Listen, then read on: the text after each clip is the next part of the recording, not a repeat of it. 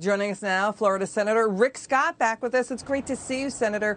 What was your reaction that President Biden had to break away from his spending agenda to deal with skyrocketing violent crime?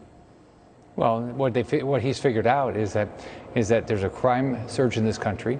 It's caused by the radical policies of the Democrats, and he's got to figure out how to do something. It's a bunch of do-nothing executive orders. It's real simple what they ought to do.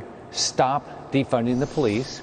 Support our law enforcement community that put their lives at risk every day.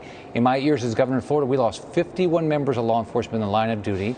And so start supporting them. Thank them for what they're doing every day. Quit attacking them for their hard work trying to keep all of us safe. So it's just, the Democrats' radical policies have caused this unbelievable crime wave, and they can change it by funding the police and supporting law enforcement. Yeah, it's ironic that the president will let local communities opt to spend new government funds coming their way to hire more cops. That's what his new plan calls for. Well, first off, they have that right to do it without him. He didn't have to say anything. They have that right to do that.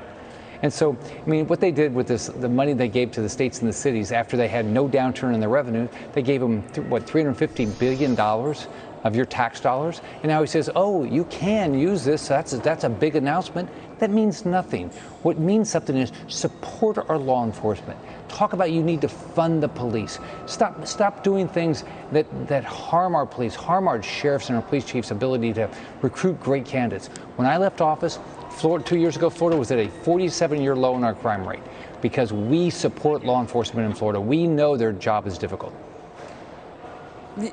Democrats and the media avoided talking about the riots, avoided talking about rising crime for about a year, talked more about defunding the police. Everybody gets that there are bad apples in police departments, but police morale is at an all-time low in cities like Chicago, New York, and Portland because cops are getting stereotyped for the actions of other cops across the country that they had nothing to do with. So that's an issue. And the other thing, too, is media, even the media is now saying, hey, Democrats, you're now talking about violent crime because you face midterm losses. If the Democrats lose 5 to 6 seats in the House, they lose control of the House.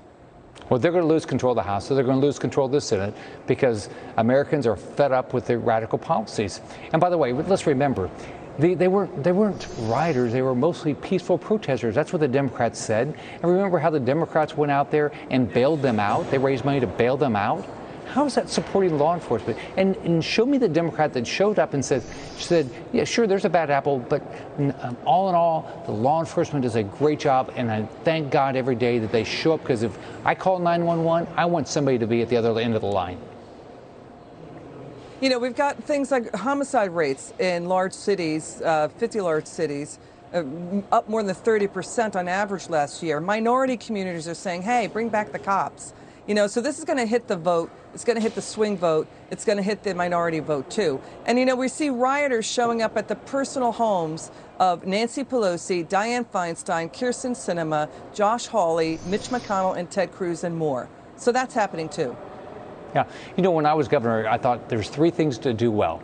Get people a job, get their kids a great education, keep them safe. What the Democrats have not figured out is they're doing none of those things well. But you've got to keep people safe. You can't build businesses unless it's safe. People don't want to go to work unless it's safe. Senator Rick Scott, good to see you.